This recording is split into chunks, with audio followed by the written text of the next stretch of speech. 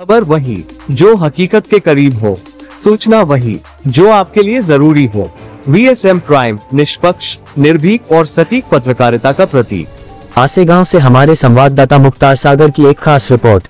महाराष्ट्र के वाशिम जिले की कोंजा तहसील का छोटा सा गांव कामर गांव आज बना एक बड़ा संदेशवाहक। यहां के जिला परिषद विद्यालय ने एक अनोखा और प्रेरणादायक आयोजन किया। तान्हापोथा गाइड यूनिट की ओर से आयोजित इस कार्यक्रम में विद्यार्थियों ने बैल और किसान के प्रति अपनी कृतज्ञता जताई। बैल सजावट प्रतियोगिता से लेकर खेती और मेहनतकश किसान पर कविताओं का संगान। बच्चों ने अपने उत्साह और रचनात्मकता से सभी को भाव विभोर कर दिया। कार्यक्रम की अध्यक्षता विद्यालय की मुख्यमंत्री कृष्णाली तुमसरे और उप मुख्यमंत्री सिद्धार्थ इंगथे ने की। मुख्य अतिथि स्नेहल नागापुरे भी इस अवसर पर उपस्थित रहीं। प्राचार्य सुरेश राठौड़ के मार्गदर्शन और गाइड यूनिट प्रमुख दीपाली खोड़के के नेतृत्व में इस आयोजन ने शिक्षा के साथ संस्कारों का संगम प्रस्तुत किया। विद्यार्थियों ने 5वीं से 8वीं तक की सभी कक्षाओं में सामूहिक कविता गायन कर किसानों और बैल की अथक मेहनत का सम्मान किया। कार्यक्रम का संचालन साक्षी गाढ़वे और मानवी लाडवीकर ने किया, जबकि निशुका प्रघने ने प्रस्तावना प्रस्तुत की और आभार तेजस्विनी गाठे ने व्यक्त किया। इस उपक्रम ने बच्चों को केवल परंपरा का ज्ञान ही नहीं दिया, बल्कि यह भी सिखाया कि किसान और बैल हमारी जीवन रेखा हैं और उनका सम्मान ही हमारी असली प्रगति है। आसे गांव से जिला संवाददाता मुख्तार सागर की रिपोर्ट।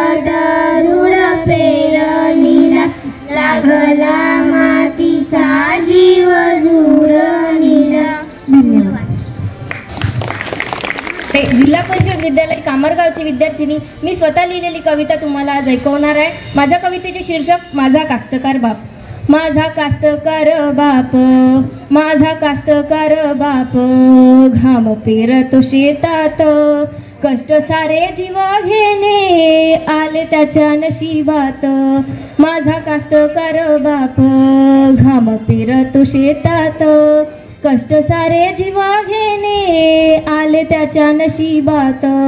ऋतू असू दे कोणता तुडवितो सदारान, दिसरत मेहनता वाढे भारताची शान। आसमानी संकटाने, आसमानी संकटाने केला मध्येच हो घात, कष्ट सारे जीवा घेणे आले त्याच्या नशिबात। रगताचे लाल थेंब त्याच्या शेताचे कोंदण, त्याच्यातून उगवते राणी हिरवे गोंधन। शेती हजार संकटे, शेती हजार संकटे, हाच लढाया तैनात, कष्ट सारे जीव घेणे आले त्याच्या नशिबात। रगताचे लाल थेंब त्याच्या शेताचे कोंदण, त्याच्यातून उगवते राणी हिरवे गोंधन। माझा कास्तकार बाप, घाम पेरतो शेतात, कष्ट सारे जीव घेणे आले त्याच्या नशिबात। उघड्यावर संसार नाही घेणार तो फाशी, त्याचे शेत त्याच्यासाठी आहे कावा आणि काशी। संकटांना त्याची लात, संकटांना त्याची लात, करतो त्याच्यावर मात, कष्ट सारे जीव घेणे आले त्याच्या नशिबात।